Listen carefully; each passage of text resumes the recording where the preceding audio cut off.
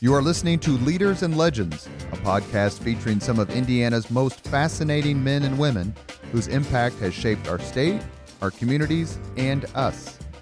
Join us as we discuss their imprint on our history. Leaders and Legends is brought to you by Veteran Strategies Incorporated, your local veteran business enterprise specializing in public relations, media relations, public outreach, crisis communications, and digital photography. My name is Robert Vane, Principal of Veteran Strategies, former Deputy Chief of Staff to Mayor Greg Ballard, and Communications Director for the Indiana Republican Party. I'm honored to be your host for our discussion. You are listening to Leaders and Legends, a podcast presented by Veteran Strategies, a local veteran public relations enterprise, and sponsored by Girl Scouts of Central Indiana, Garmong Construction, the Crowne Plaza Hotel and Grand Hall and Conference Center at Historic Union Station, the law firm of Bose, McKinney, and Evans, and the Bose Public Affairs Group, the McGinley's Golden Ace Inn, and MacAllister Machinery, your friendly neighborhood Caterpillar dealer. We are on today with Marc Allan, a repeat guest. He was one of our very first guests in early 2019 when we started the podcast. He's former music critic for the Indianapolis Star and impresario at Butler University, who retired and just recently spent several months in New Zealand, but he's back. The reason we're talking to Marc today, just besides the fact that we've missed him for the past 6 months, is he has a interesting archive of interviews he's done with famous musicians. We talked a lot actually, about his career when he came on the podcast last year. We want to continue this conversation and discuss the archive of interviews that are now available for people to listen to. Marc, thank you very much, sir. Thanks for having me again, Robert. And I will apologize in advance to the audience for the multiple Seinfeld references throughout this podcast, as Marc and I are pretty addicted. Yeah, I've just been, I got Hulu when I came back, and so I've been watching Seinfeld. What was the last one you watched? Just watched The Pledge Drive. So, and it's fun to see them uncut. I generally, when I watch them, I just watch them on TBS, so there's always a minute or two cut out, and it's been nice to see the whole thing. The kids and I watched The English Patient last night. So, in the words of Mandelbaum, it's go time. That's right. Let's go. We talked a little bit about your previous podcast. So to quickly refresh, Marc was born in New York and lived there most of his life, and developed an early interest in music and journalism. And Marc, why don't you take it from there? Just give us a minute, refresh on your background and how you ended up in Indianapolis. Well, I actually spent way more time in Indianapolis than I have in New York at this point. But I went to college in Boston, moved around for newspaper jobs, came to the Star in 1988, thought I'd be here 2 years. It's now, 32 years. So, Indianapolis is my home. And I was the music critic at the Star from 1990 to 98, but I kind of aged out of it. I got to be 39 years old and had a young daughter, and it just got to be too much to go to. I would go to about 80 concerts a year, and so working that many nights and just made it difficult. So I aged out. I was actually I was at a Rage Against the Machine concert, and good band. If you know the seating area at Deer Creek, or Ruoff, as it's now called, I used to sit in the front row of Section F, the row right behind the soundboard, which was great. You'd get the best sound, and you'd have an unimpeded view. And during the Rage Against the Machine concert, a lot of kids came rushing down, and they stood in front of me in this area because we had a lot of leg room in that row. And so they just stood there, and I'm like, "Hey guys, I'm trying to watch this." And one of the kids turned around to me and he said, "Out of the way, old man." And I thought, "Old? I'm 39. I'm not old." But I really was. And so it was time to get out, and Dave Lindquist took over and has been doing it ever since. And we've reached out. Dave's agreed to come on the podcast. We just need to get a date and a time. Obviously, with the current conditions and social distancing and the need to do everything by phone, we have to make some allowances. And we're very grateful for you to spend some of your time. Let's talk just quickly about the reason for the tape archive and to put your interviews up on the net and do the sort of this podcast thing that you've done so well. Because these interviews, I've listened to several of them and snippets of others, and we're going to talk about individual ones. But tell us a little bit about the genesis of the project. So about 5 years ago, probably longer, but it seems like it's at least 5, my friend Allan came to me and he said, "You have all your interview tapes. Let's make them into a podcast." And I did what I usually do, which is nothing. And then Allan came back to me with the idea again last year, and I said, "All right, if you want to do it, it's fine. I mean, I'll give you the tapes." And I gave him, I probably had 300 or 400 interview tapes. I gave those to him, and I gave him all the mail that I got through the years, because I saved every letter that anybody ever wrote to me. And I'd say that the folder's about 8 inches thick of, letters that readers sent to me.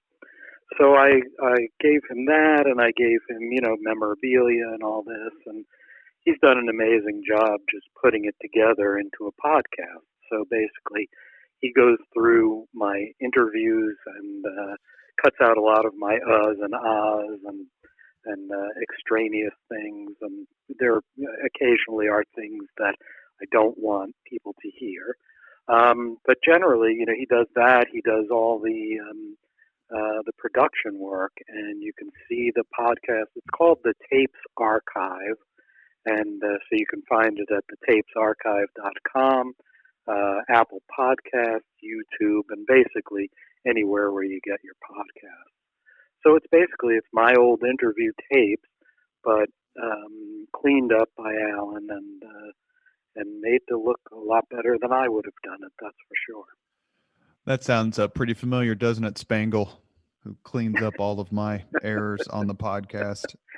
You said there were some things that you didn't want in there. What would be, now obviously you wouldn't want to give me specific examples, but just like categories of examples that stuff you've had excised?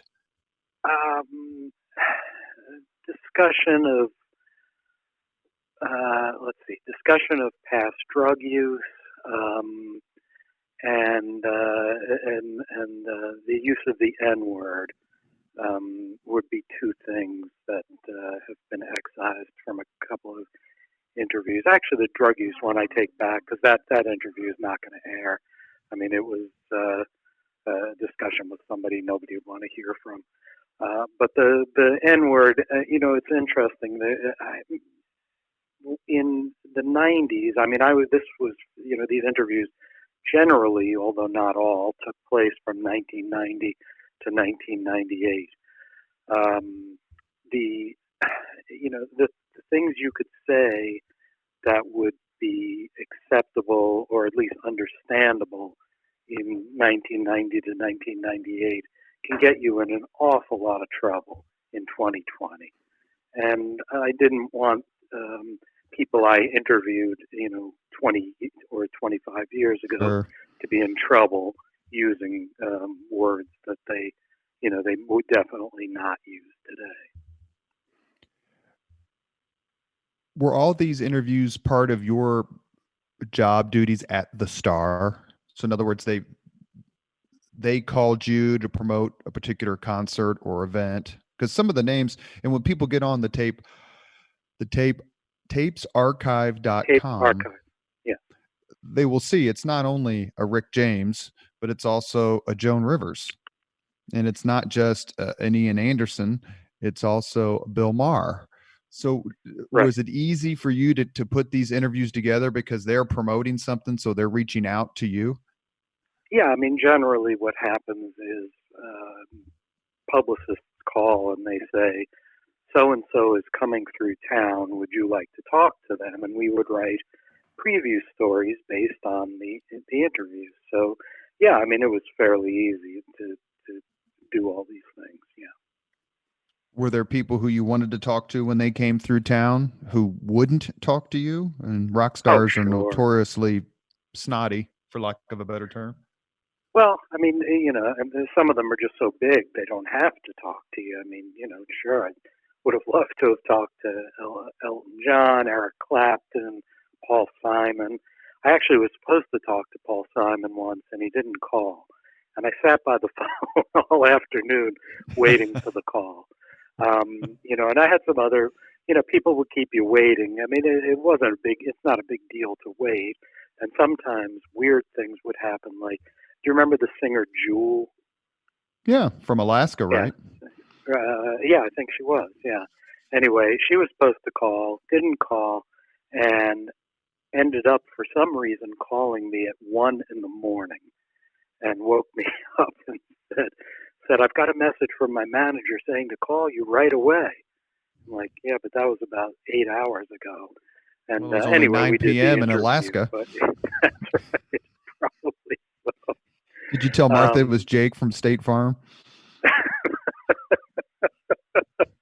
I wish that predates Jake from State Farm, but Martha was pretty upset. She's like, "Why is she calling you at 1 o'clock in the morning?" And I'm like, it's okay, we'll deal with it. And we had a nice interview. I mean, I don't know that that'll ever make the podcast, but it's it's one of those things that I remember. For those of you who do not know Marc personally, Martha is his wife of how many years? 35. 35. Wonderful, wonderful couple with great kids. So I remember, you mentioned about people being too big. I remember when Van Halen 3 came out and the album didn't do well and the concert tour wasn't doing well. And listening, it might have been on Bob and Tom or maybe Q95 in the afternoon with Mad Dog Matus, hearing an interview with Alex Van Halen. And I remember thinking, oh my God, they must not be able to sell tickets.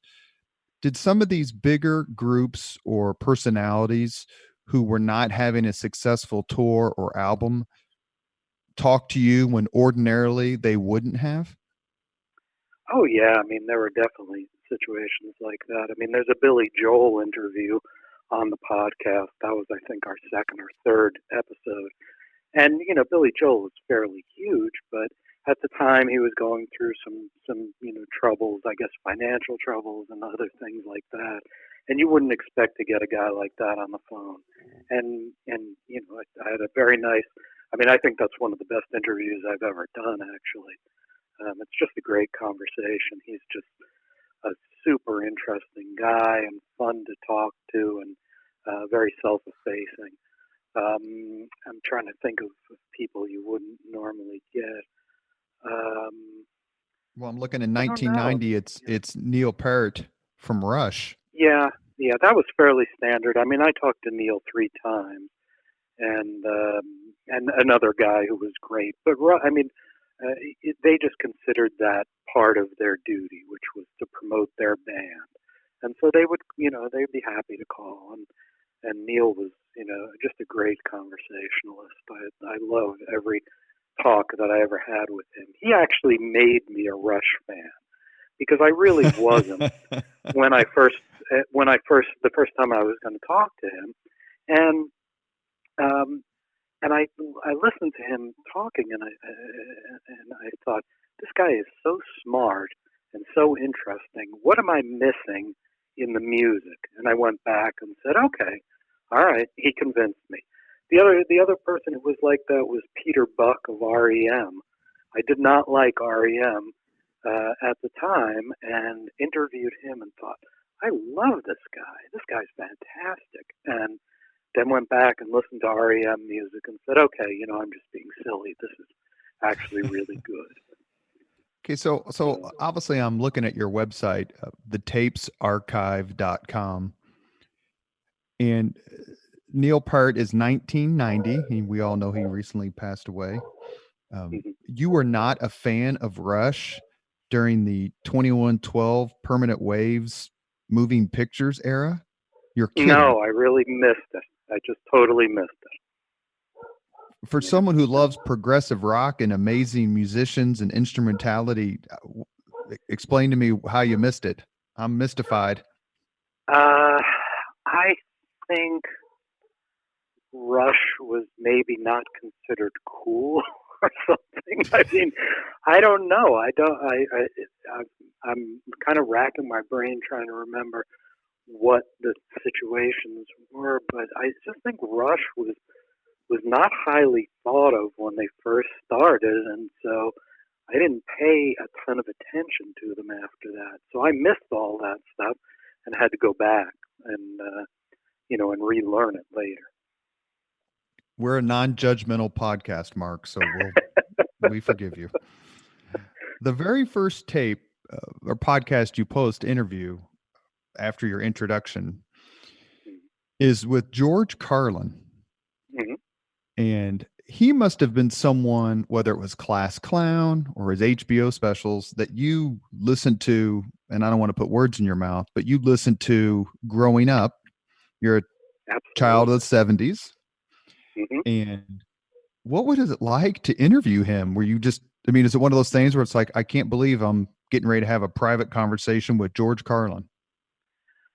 No, and I have to tell you, the only time, the only podcast, one of those interviews where I was ever nervous was Frank Zappa, because Frank Zappa is my hero, one of my heroes, and that was a little unnerving because, Frank, he doesn't suffer fools gladly, and sometimes I'm a fool. So, the thing is, like, you're sitting there and going, "Don't slip up, don't slip up." But all the other conversations, I mean, it's like I'm talking to you. It's a famous person on the other end of the line, but I never felt intimidated or, that I couldn't be myself. And sometimes, being myself turned out to be good, and sometimes it turned out to be the wrong thing. And, you just, because like you would joke around with somebody who was not in the mood to joke around. Well, I was going to ask you about that. I remember asking John Bon Jovi about a joke that Dennis Leary made on Saturday Night Live, where he said, "Why couldn't it be John Bon Jovi in the helicopter instead of Stevie Ray Vaughan?" And I just wanted to know what he thought of that, and he didn't want to hear that, and he just, we went on and we had a decent conversation, and John Bon Jovi actually turned out to be pretty nice, but that was a stupid and uncomfortable way to start a conversation. That was your first question? Yes. Which shows you, I learned better, later that, save the nasty questions till the end. So. You are listening to Leaders and Legends, a podcast presented by Veteran Strategies, a local veteran public relations enterprise, and sponsored by Girl Scouts of Central Indiana, Garmong Construction, the Crowne Plaza Hotel and Grand Hall and Conference Center at Historic Union Station, the law firm of Bose, McKinney, and Evans, and the Bose Public Affairs Group, the McGinley's Golden Ace Inn, and MacAllister Machinery, your friendly neighborhood Caterpillar dealer. Thank you for joining us on the Leaders and Legends podcast.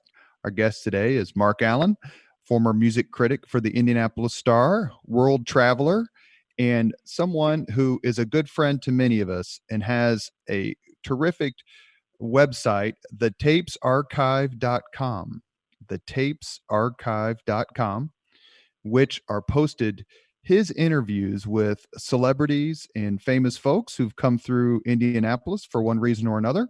Most are musicians, but not solely musicians.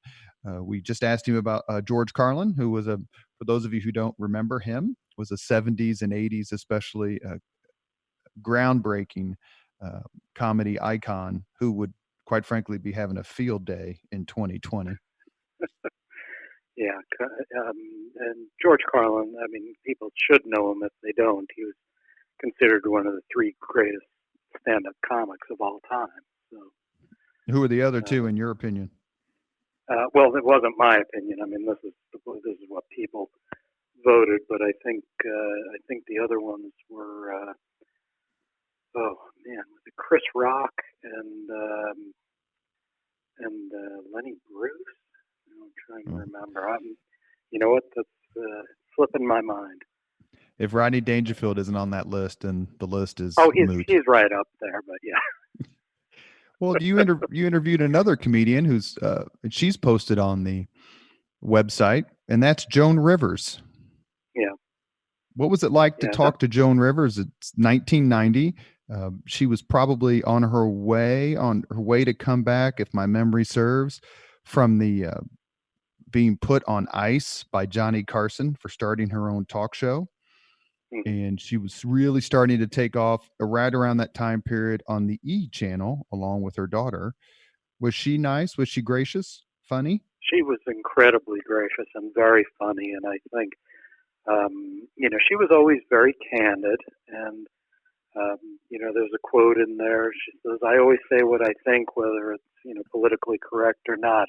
Like when I was talking about Elizabeth Taylor and saying she was fat. She was fat.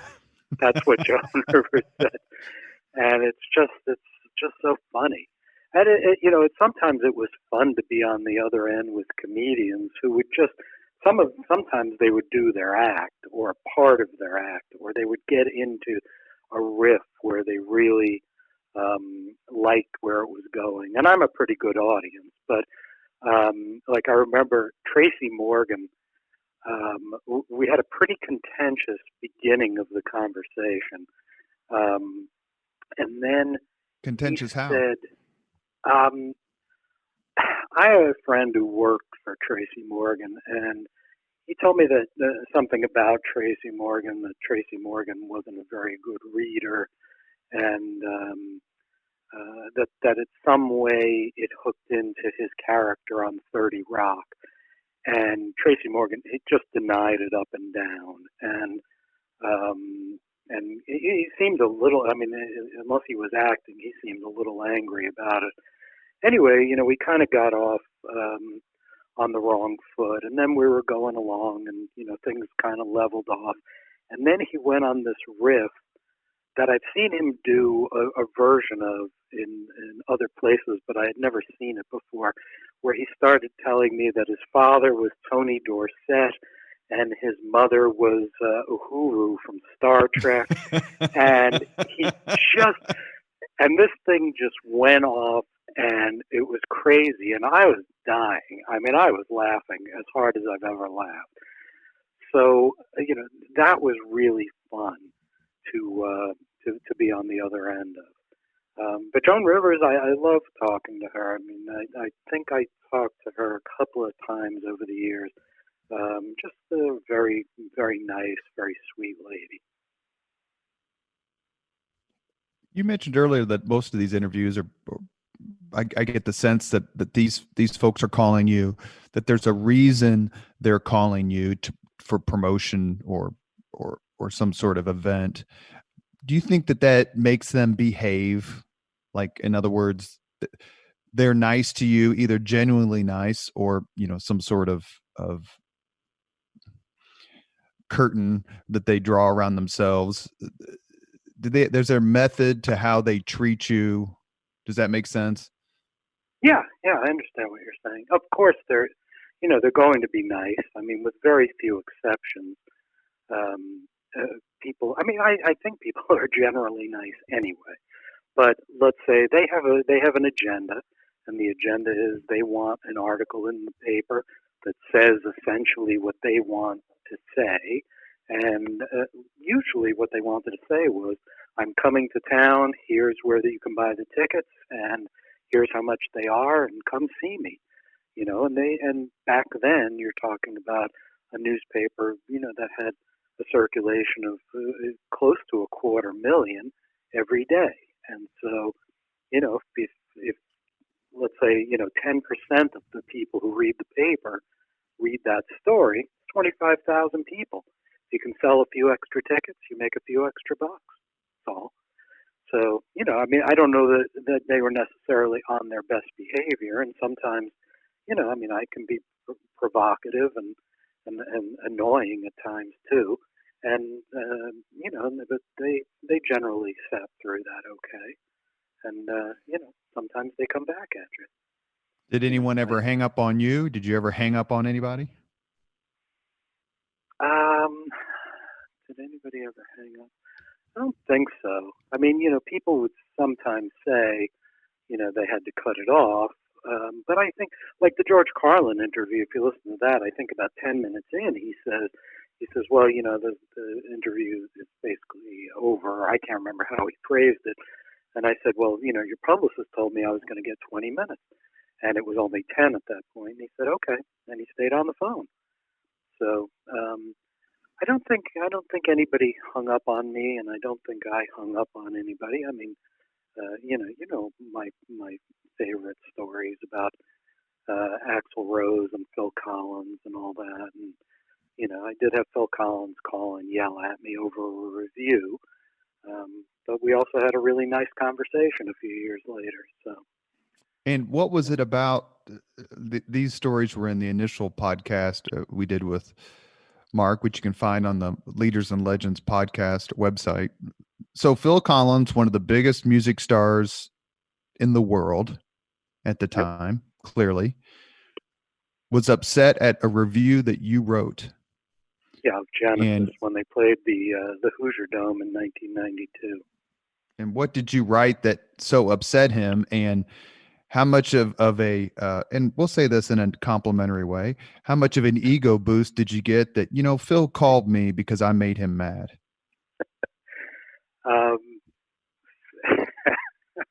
I don't know if it was an ego boost. It's just a great story, it's just a story I love to tell because it's amazing to me. Like, here's how I think of myself. Some guy in Indianapolis. That's how I think of myself. I'm some guy who writes, who was at that point writing for the newspaper in Indianapolis. It's not John Perellis at the New York Times. It's not Robert Christgau. It's not anybody who's important or known or anything like that. It's just me, some guy, And the fact that somebody like Phil Collins, who I love, by the way. I don't love all his solo stuff, but I do. I've admired the guy, basically as long as I've been listening to music. And he's an amazing drummer, and he's a really great singer, and he's very smart about music in a lot of ways. Anyway, Genesis was a great band. Yes, Genesis was one of my favorite bands growing up. And I was there. I went to 2 shows. They played 2 shows in New York when he became the lead singer, and I was at both of them. I stayed for both. I love that band. Anyway, but he, the idea that he would call, I just always find that mind blowing. Even that was 1992, and 28 years later, I'm still amazed by it. But he called and he yelled, and because the review was very negative. It was. But they just I think that in. was also another. Yes, that was generally what I was saying. I didn't think they had played nearly as hard or as well as they could have, and they were just there to collect a paycheck. And nobody wants to hear that. So if you're the performer, you don't want to hear that from somebody. And I think there's also there was an attitude of, it's Indianapolis. How hard do I have to play? And I really believe that because this is a city. It's a very kind city, and if you come here, people will give you a standing ovation, essentially. And that was something that I've never understood. It's like, if I'm going to give you my money to perform, I want to see a good performance. I don't need you to mail it in. And so that was essentially it. And then he called and he yelled at me, and I spoke back to him, and the end of the story was, and we ended up having a nice conversation 5 years later when he was supposed to come back. Do you get the sense after the conversation that he realized what a huge fan you are, and you had high expectations, and they just weren't met? I think he understood that, because when I said to him, "Look, I'm sorry you feel that way, because I've been a Genesis fan, all my life, and I own virtually every record you've ever made, most of which I bought with my own money."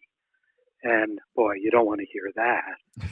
You want to hear it's some critic who hates you. You don't want to hear that it's a guy who loves you and thought that you put on a lousy show. Was there anyone who you were going to call or was going to call you who you just flat out just didn't want to talk to? There were a lot. I was around covering during the hair metal days, so there were a lot of bands like Warrant and Cinderella Poison. and stuff like that, Poison. Although I had a great conversation with Ricky Rocket, the drummer from Poison. He was really fun to talk to. Most of these guys, What made him fun? Sorry to interrupt. What made him fun? He collected old horror movie memorabilia, and that's we great. had a really cool conversation about that. Not that I'm any expert on it, but he was, and so it was fun to talk to him about that. And when you get these guys and they don't take themselves too seriously, it's always nice. And I like talking to anybody who does something professionally and does it well. Now, I don't love what they do, but I can appreciate it because they've gotten to a certain level. And so they're smart about it. They know something. And so, and I also remember, I'm not writing for me, I'm writing for the readers. And the readers, want to know something about these guys. So I try to find out something about them for the fans. I was writing for the readers of the newspaper, not for me and not for the musician, really.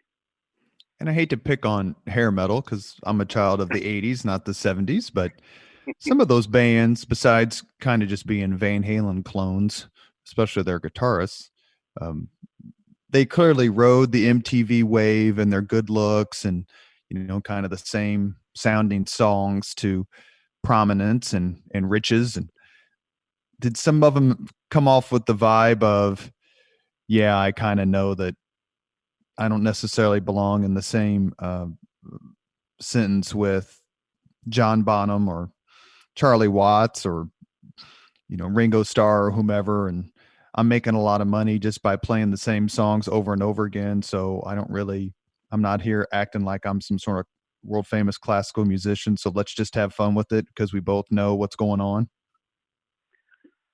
The one example of that sticks out in my mind is I remember a conversation with Gene Simmons of Kiss. And I remember him describing their musical ability as average and their songwriting ability as average. And they were one of the few people he was one of the few people who admitted it, but he also, he could afford to admit it. He had certainly made enough money over the years that wouldn't have hurt him at all. And I also remember, one thing about it was they were coming through with one of those KISS conventions. Do you remember these things? Yeah, a little bit. Yeah, I mean, they would play acoustic of all things, which is a weird thing for KISS, and then they would meet their fans. And, there are two things about this. One, the tickets were $100, and that was at a time when a $100 ticket was an enormous amount of money. I mean, it was just almost outrageous to charge $100. And I remember saying to him, what do you say to a fan who can't afford it? And he said, you can't come. He said, this is for the super fans and, whatever. And I don't remember the rest of his explanation. I was just always kind of blown away because Gene Simmons was pretty honest about things. And that always surprises you, because you figure when somebody's confronted with the price tag, they're just going to give you some weaselly story. But he didn't do that. He was blunt about it. The other thing I remember about those events was how happy their fans were and how much they loved them. Oh yeah. And that's the thing that I sometimes lost sight of, I have to admit. And I would always try to remember that, just because I don't love them, somebody out there loves these bands. Somebody out there loves Kiss, loves whatever group it is, and it's my job to share an informed opinion, but it's not my job to trash their favorite band. And so that it creates some conflicts when you're trying to do the work that I did, but on the other hand, it's nice to remember things like that and think about them, and you just remember that music makes people happy, and that's the greatest thing. Exactly. You mentioned a few minutes ago about Phil Collins calling you after a bad review, and did anyone ever call you after a good review? Like, hey, you really captured what we were trying to do there.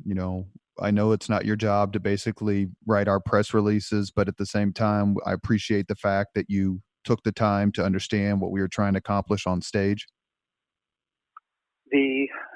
Paul Schaefer of Letterman's band, sure, he brought his band to Starlight Musicals, the Hilton U. Brown Theater that used to be at Butler, and they played there, and it was a very good show, and that's just a band of true professionals. And and I wrote a review saying so, and I missed this phone call, but he left a message saying essentially thank you, and that was one of the rare ones. I had a message from Jimmy Page and Robert Plant's publicist after they played at Market Square Arena, saying thank you for the review. But I said, great. Would they get on the phone with me? And they said no. It's Robert Plant and Jimmy Page. That's right. It's Robert Plant and Jimmy Page. You talk about people I would have loved to have talked to. Didn't happen. But so occasionally you would get a nice note or something, but not very often. I got as many angry phone calls or weird things happened to me, like the fish incident. Please tell us again. Yeah, so fish came through, and generally, while I'm not a huge fan, I'm an admirer. I think those guys are amazing musicians and, can do extraordinary things playing in concert.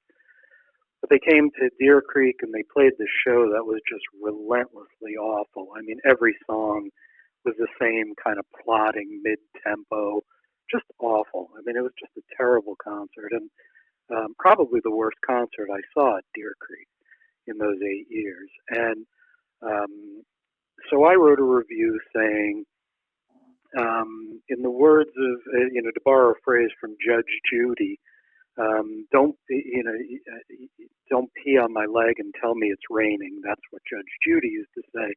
I'd say fish peed in their fans' ears, and the fans in turn would have tape recorders running to capture the moment. As in, the fans are unaware of, I think they're just so happy to be in the presence of fish that they were unaware just how awful this was. And this was, I think it was 1997, if I remember correctly. And, there's really no internet at that time. And so that review got passed around among fish fans. And for about a year, I would get a letter every so often from an angry fish fan over that review. And even now,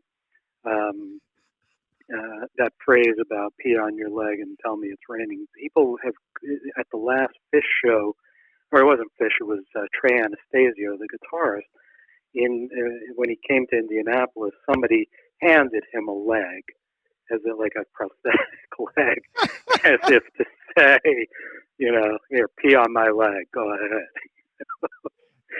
So it's very weird. And there's a movie, there's a documentary about fish called Bittersweet Motel, and Trey discusses my review in that movie. You stand by it to this day? Oh, absolutely. I mean, it doesn't make me any less of an admirer. Just actually, this made me more of an admirer because Trey says, well, he's right in a sense, because if you're going to experiment on stage, sometimes you're going to fail. And I thought, wow, somebody who actually took responsibility for what they did. That's so rare. So if I was an admirer then, I'm even more of an admirer now. Did it get easier to interview people? I'm going to specifically ask you about someone I'm guessing you talked to many, many, many times. Did it get easier when there started to get some familiarity and you're like, hey, this is what, the fourth or fifth time we've spoken? And the person I'm going to mention specifically in one of your interviews with him is on your site, thetapesarchive.com. We're talking to Marc Allan, thetapesarchive.com. And that is John Mellencamp. John and I had a really contentious relationship for a while, and he what made it not contentious? A bad relationship. He didn't like me because if I thought he did something poorly, I would say so, and I don't think he was used to it. And one time he sat me down and he said, I go on tour and I do 70 or 80 shows and I get 2 or 3 negative reviews, and one of them's always from you. And that wasn't true. But John could, if you criticized something in one of John's shows, you could give it a 4-star review and just say, this was a moment that wasn't quite perfect. John would remember that moment. There was a show that they did in Chicago that I went to. It was, I can't remember. It was a benefit, and I don't remember what the benefit was for. But at any rate, John, it was when Wild Night was a hit for John. And on the record, Michelle and Deggiocello played the bass part, but in the concert, it was Toby Myers, his regular bass player. And Toby hadn't played it much, and Toby did not have it down as much as, I mean, as good a bass player as Toby is. That's a hard bass line, I think, and Toby didn't have it quite perfect. And I mentioned that in what was otherwise a stellar review, and that's what John John grasped onto that, and he remembered that, and that was part of this very long dialogue that we had together. We sat in his studio for about 90 minutes and talked, and stuff. But it was, but I really liked talking to John. First of all, you won't find a more honest guy. I mean, I don't know if that's always to his benefit, but he says what he thinks, and if you don't like it, tough. And I really appreciate that. He's right about the Rock and Roll Hall of Fame. That's for sure. Yeah. Yeah. He's been critical of that from the day it was launched. Yeah, and he and the comment that he made to me ended up keeping him out of the Rock and Roll Hall of Fame for several years till he finally got in. Didn't he tell Jan Wenner let him know? Yeah, did he tell him to go to hell or he can F himself or something like that? Yeah. It was pretty blunt. Yeah, and Jan Wenner read that, and Jan Wenner was not happy. So that kept John out of the Rock and Roll Hall of Fame. But at any rate, John and I mean, so I think John wanted more glowing coverage from his hometown paper. Exactly. And that's and people who got used to me know that glowing coverage is probably not something that I gave a ton of, and when you got it, you really earned it. And I always thought John's live shows were excellent. I mean, he said that about you always giving me negative reviews, and I definitely gave some of the records negative reviews, but I don't remember ever seeing one of his shows where I thought this was not a great show. Anyway, I've seen him the about a end half dozen times, story. and every time I saw him, he's terrific. I mean, he's a Hoosier icon, so he comes back to Indiana or Indianapolis, and people are obviously going crazy. I guess it's reasonable if I was in Mellencamp's camp to think that a Hoosier by location at least would say nice things about him all the time. But if you don't, and it's not just musicians, it's politicians, it's everybody. If you're not 100% positive, then they find the one thing. Yeah, I mean that absolutely happens, and I mean I think John, and I could be totally wrong about this, but I think John respected it. I think John grew to appreciate it, and because I remember saying to him one time, I said, he asked me my opinion of something, and I told him, and he was surprised by how blunt I was, which would come as no surprise to anybody who knows me. But John, and I just said to him, I said, Timothy White wouldn't tell you that. And Timothy White was this writer from Billboard who was very much in John's camp and would write wonderful things about John. And, and that was the thing. Like, I mean, I like John, and but my allegiance was always to the reader. I want to give them the best, most honest criticism that I can give. Looking at some of the names, and we're talking to Marc Allan, looking at his website, thetapesarchive.com, where he has posted some of his interviews with more to come with famous celebrities and musicians. One name that I keep staring at for obvious reasons, and not only because it's chronologically the first interview you did, is 1981 Alex Van Halen. Yeah. What was it like to talk to him? What was the circumstances of that? Because, the Van Halens are pretty stingy with their interviews. And I'm guessing that was for the Fair Warning album. That was backstage at Boston Garden in July, I think, of 1981. And I was, 22 years old at the time, and a young rock journalist and just a freelancer. I mean, I wrote for a lot of little publications. There must have been a dozen music magazines or more in Boston at that time. And I don't remember, how it happened or who I was even writing for at that time, or who ended up with the article. But so they just said, you want to talk to Van Halen. And I have to tell you, again, not a huge fan at the time. And so, but I said sure, because I'm happy to talk to pretty much anybody. I think if they have merit and they have fans, then fans want to know about them. So I'm glad to talk to them. Anyway, you were a fan of Alex. Eddie more than the band. I'm sorry, Marc. You're a fan of Eddie's playing, not necessarily the band.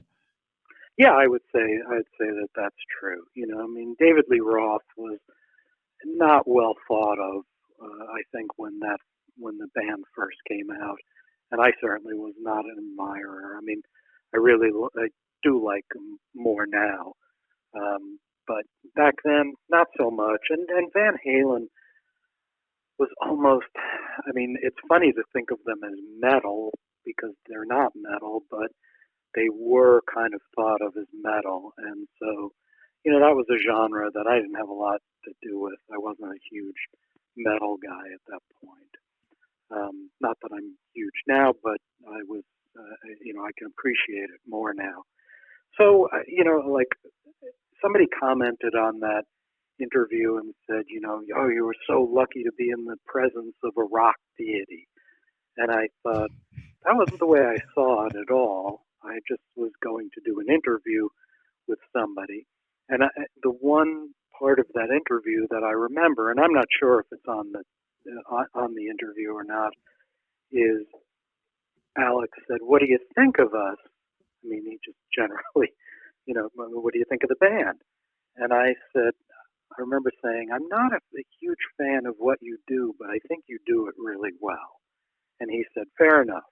And I remember walking around Boston Garden with him, and he showed me his drum set and all that. It was a really fun conversation. I mean, he's a very loose he was a very loose guy. I don't know what he's like now, but back then he was just, these were guys in their 20s and they were having fun, and I enjoyed that experience. But it's an experience I can enjoy more now, thinking back on it. Then it was just another interview. Another name that pops out as I'm staring at it, because I'm pretty sure you're a big fan of this band, so please correct me if I'm wrong, but John Entwistle, the bassist for The Who. Yeah. Oh, Who's one of my all-time favorite bands, and it was great to talk to him, and he's got a real good sense of humor, which I didn't know, because you didn't see that many interviews with him. It was always Pete or Roger, and to be able to talk to him and find out a little bit more about how he became a bass player and why the bass and all that, and he's just funny, like sneakily funny, in the same way that he's just an extraordinary musician, and I don't think people necessarily recognize it. But, to me, I think he's the greatest bass player of all. I mean, I should say greatest rock bass player. And, so having a chance to talk to him and learn a little bit more, that was fun. Is it difficult not to, you mentioned Frank Zappa earlier. Is it difficult not to fall into fandom and keep the journalistic, I hate to say platform, and speak from that platform and ask questions based on that, as opposed to saying, well, when I saw you at the Nassau Coliseum in 1972 kind of stuff?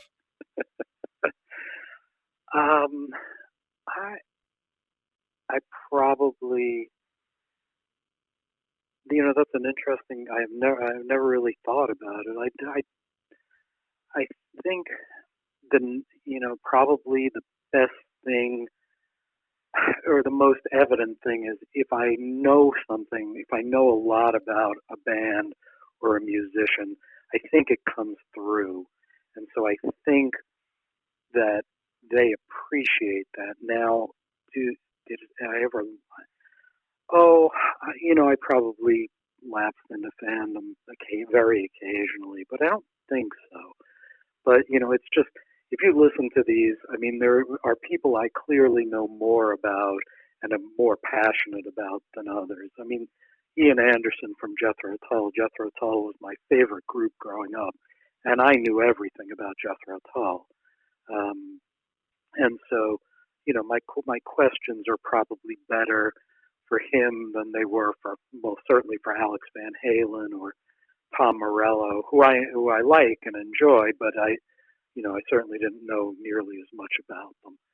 But hopefully they're not, terribly gushy, Chris Farley show type. Well, one of the things that seems to be a common thread is when a younger generation of musicians encounters, either because they're touring together or because they just become friends, that the younger generation will bring up songs or concerts or shows or events to the older generation, and the older generation will just kind of scratch their head like, I don't remember that at all. Jerry Seinfeld talks about it when people ask him about the show, and they'll ask him about the most minute detail, and he'll be like, man, I don't have any idea what you're talking about. I don't remember that. When you were talking to these musicians, go ahead. I was going to tell you, I had a moment like that actually with Jason Alexander from Seinfeld, where I met him, and he had a show that was just coming out called Bob Patterson, and this was when I was a TV critic, and I said to him, there are 5 examples of things that have a Seinfeld related tag to them in the first episode of this show. And, I said, there's dialogue, there's actors and all that. And he's just looking at me going, what are you talking about? And so I just went through them for him, and he had no idea, and a lot of people, I mean, you can understand why some of them just have no recollection of it. Or I remember Dennis Hopper, I interviewed him once, and he said, I was just asking him, what's the best thing you've ever gotten to say in a movie? And he said, I don't know. He said, once they yell cut, and that's a wrap, I've forgotten the dialogue. So, the Really? things that matter to us, and isn't that surprising? And the things that matter to us as fans don't necessarily matter to the performers.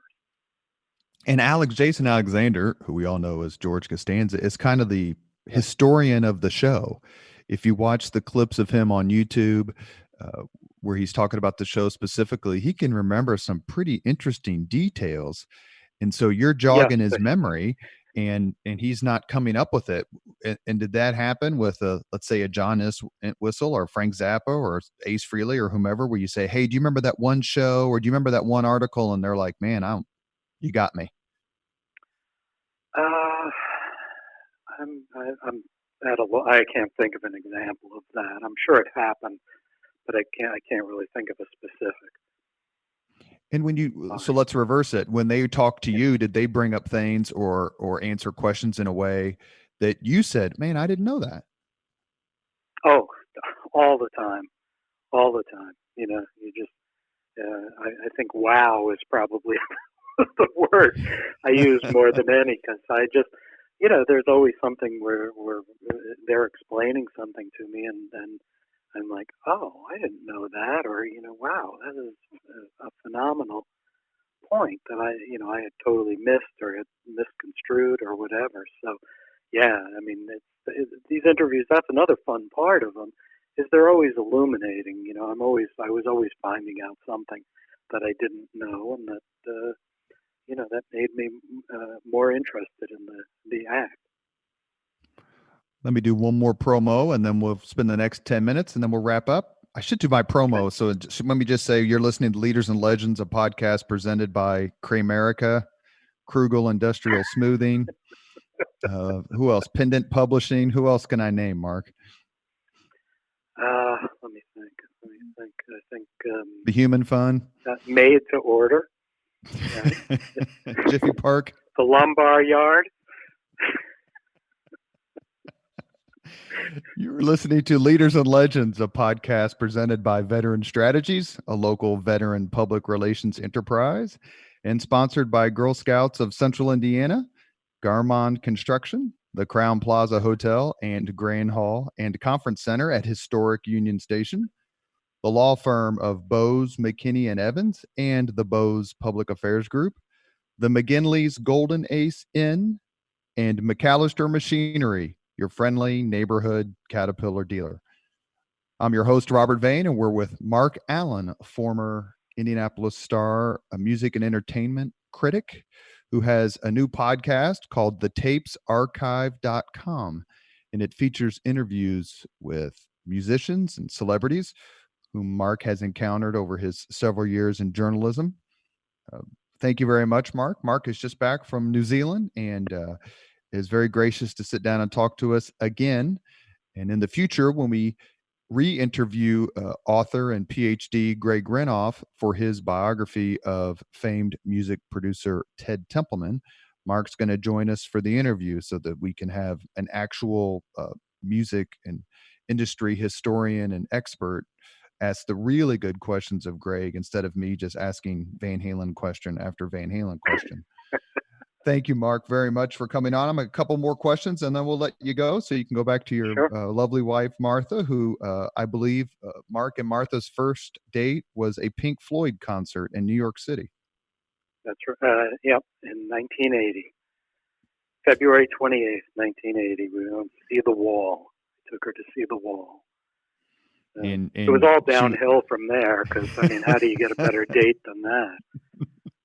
And I'd say this, I've gone to several concerts with Marc, and if you ever get that opportunity, you should definitely take him up on it. He and my brother and Kevin Finch, who some of you know, we went to a few concerts together, and it's fun to sit down and have dinner with him beforehand because he knows so much about the band you're going to see and their music. And I'm very grateful for your friendship, Marc. Thank you.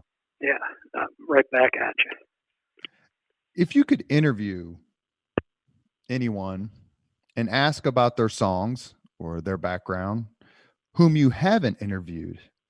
Give us a couple of names, please. Well, Bob Dylan, for starters. I mean, he doesn't really talk to anybody, but I would love to talk to him. I'd love to talk to Neil Young. I did talk to him once for a minute, but that was about it.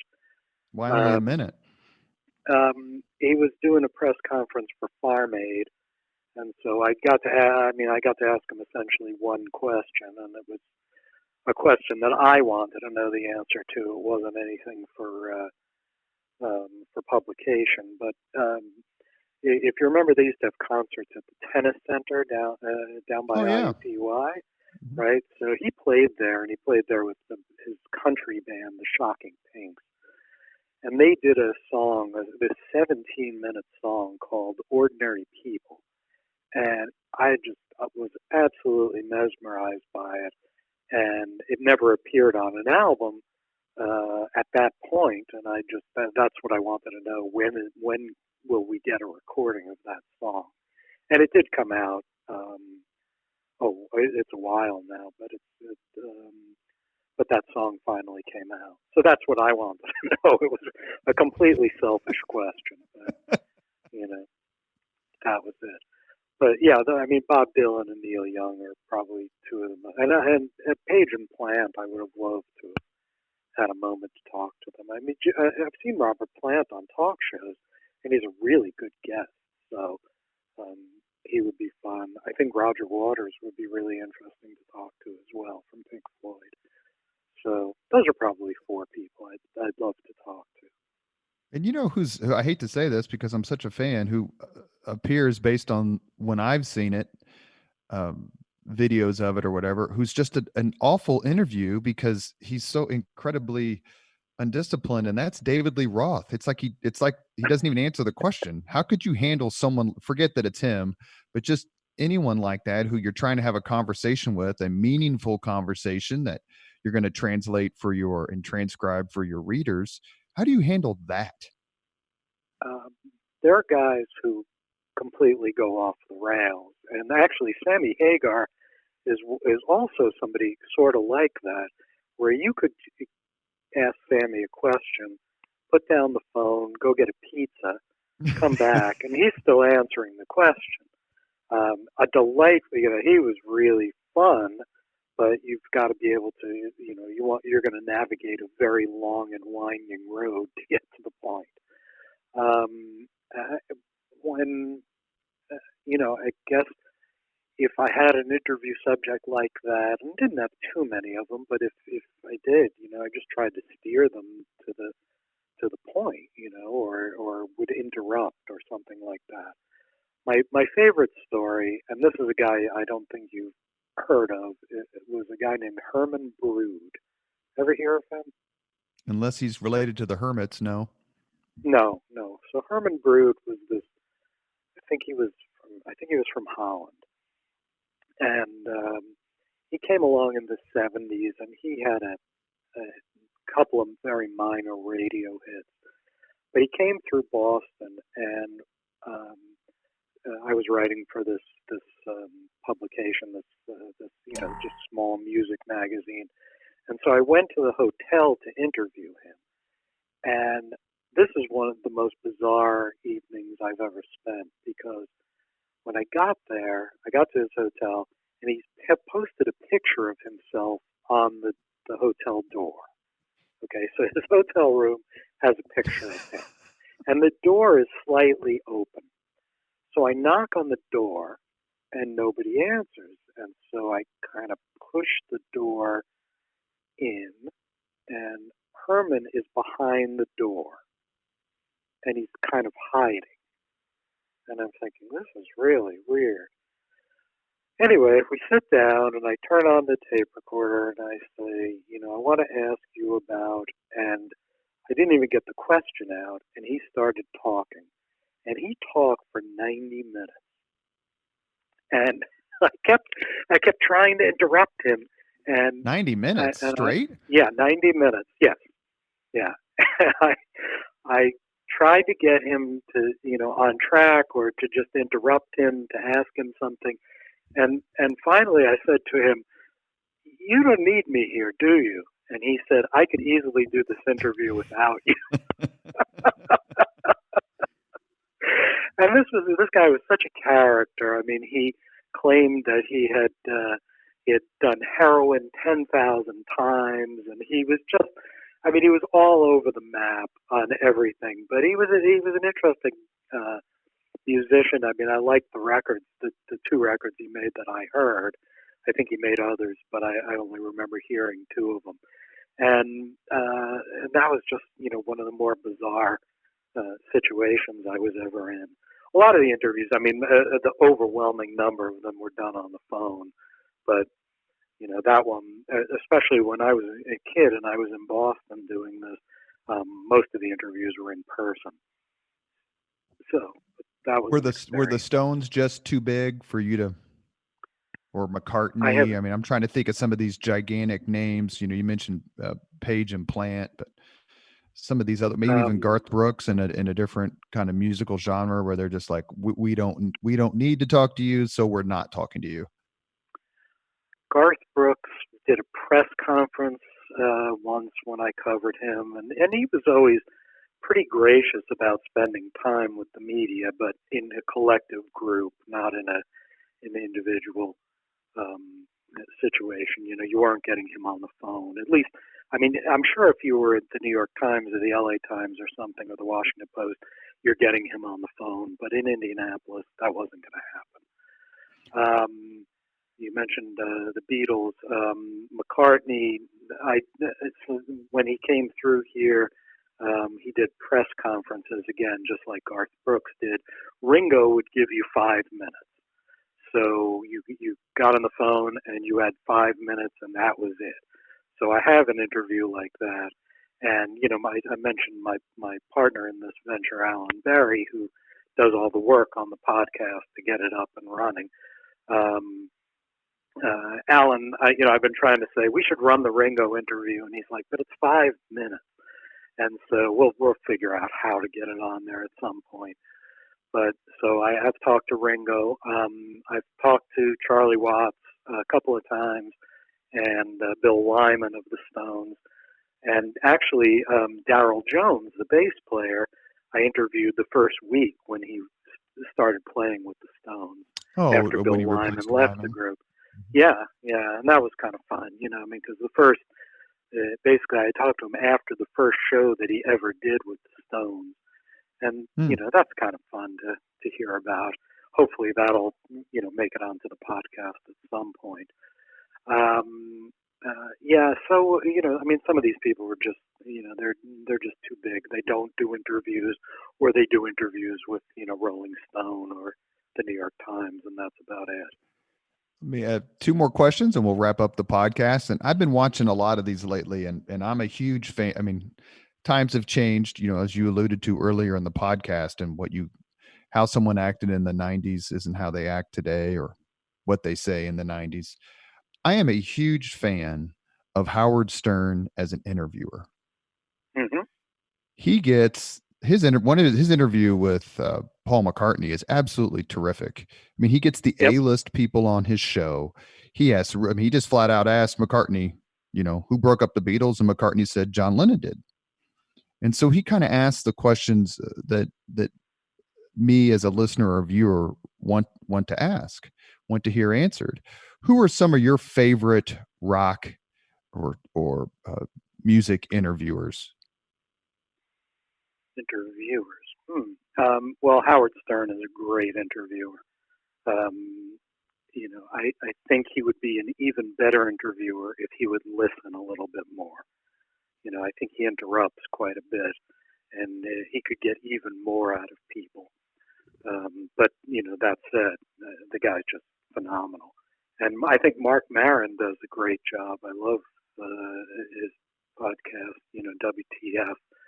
I think he's terrific at getting information out of people.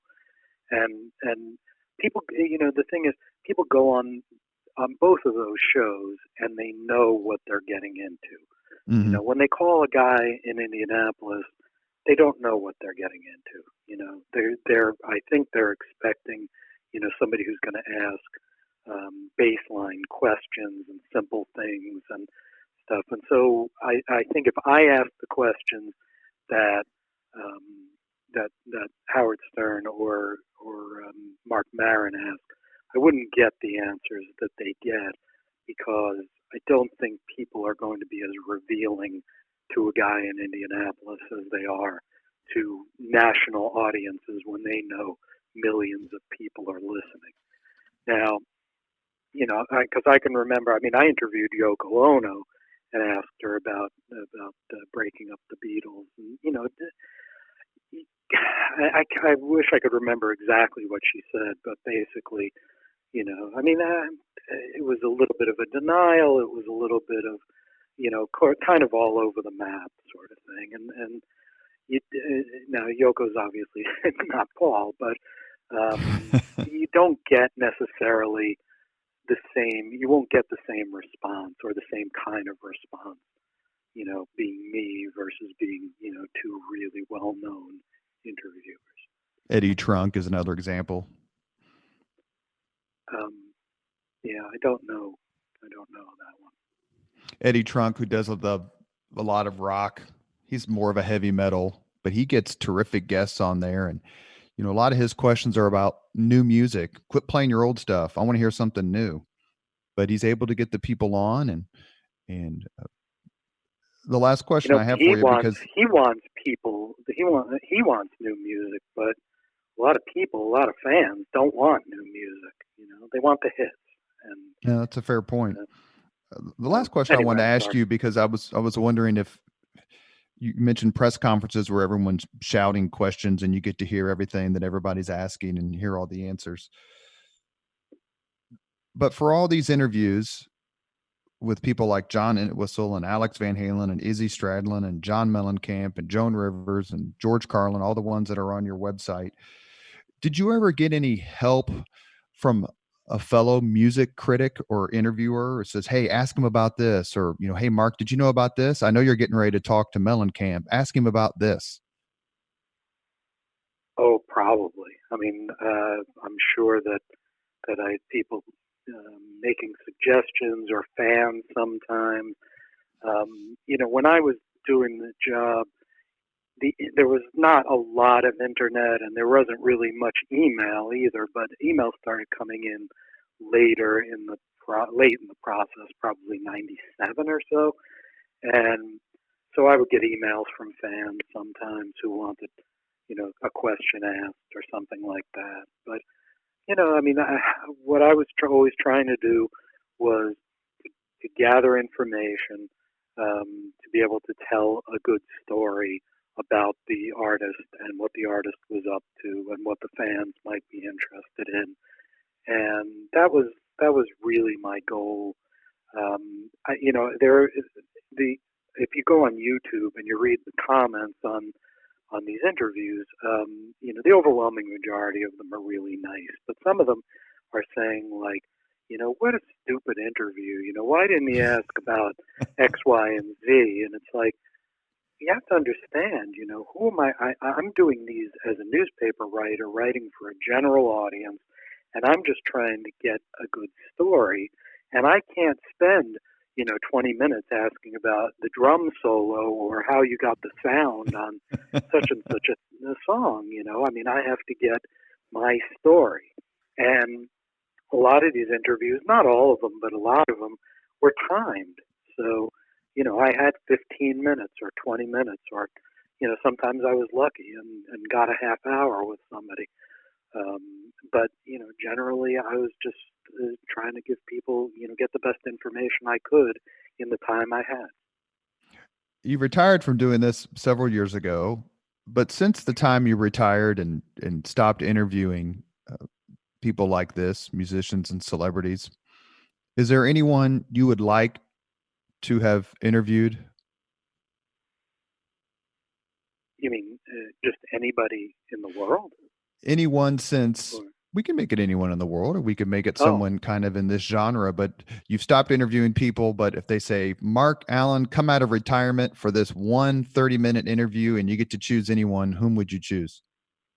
Well, I have two answers to that. One of them is Michael Richards. I always wanted to talk to Michael Richards. And I've talked to him briefly, but because this is a guy who is to me is fascinating, Kramer. Here he is, he's on one of the biggest television shows of all time. And then he didn't really work for then he went back to work. He went back to work fairly quickly with a show that got canceled after about 5 episodes. And then he didn't work for about 6 years. And I'm just so interested.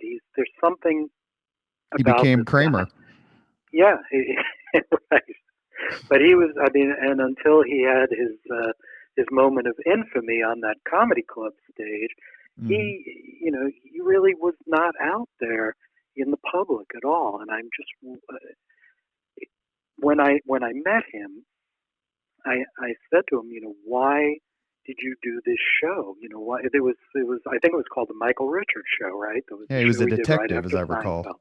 Yes, and I said, why did you do this? You don't have to work ever again, right? And he said, yeah, financially I don't have to work, but you're an actor. That's what you do. That's what, that's why I'm doing this. I love to be an actor. It's not about the money. It's nice to have the money, but it's not about the money. And I just thought, oh man, that's a guy I'd love to spend time with, because there's something going on in that brain that I really like to know more about. Well, his whole life is a fantasy camp. That's right. The other Go on with your really second one. I'm sorry.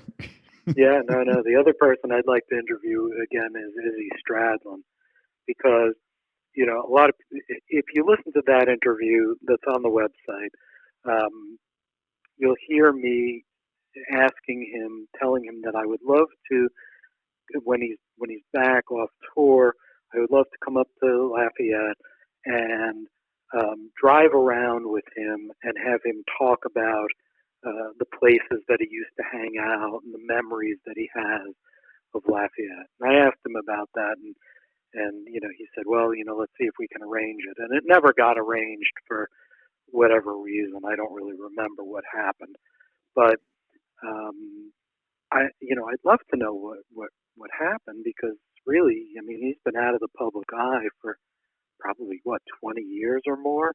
Mm-hmm. And you wonder, how did that happen, and why did that happen? And because I thought that the interview that I did with him was when his first solo record came out with the Juju Hounds, which I think is a masterpiece. I love that record. It's such a great rock and roll record. And I'd love to know what is, how do you sustain yourself, and what are you doing? And fans want to know that too, and so that's sort of why I'm interested in that. So those would be my two right now. No, if anyone is interested, Marc Allan, our guest on the Leaders and Legends podcast for this episode, has a new website. It's called thetapesarchive.com, and it contains his interviews with celebrities and musicians such as John Mellencamp, Ace Frehley, Joan Rivers, Alex Van Halen, and many, many, many more. And I've listened to some of them. They're terrific. Marc's love of music and knowledge of the music industry and music culture really come through. Marc, thank you so very much for coming on the podcast today. My pleasure, Robert. Thanks for having me, and hopefully I will see you in person at some point in life. Thank you very much for listening to Leaders and Legends, brought to you by Veteran Strategies Incorporated. If you want to contact us about this program or our menu of public relations services, please send us an email at robert@veteranstrategies.com. That's robert@veteranstrategies.com.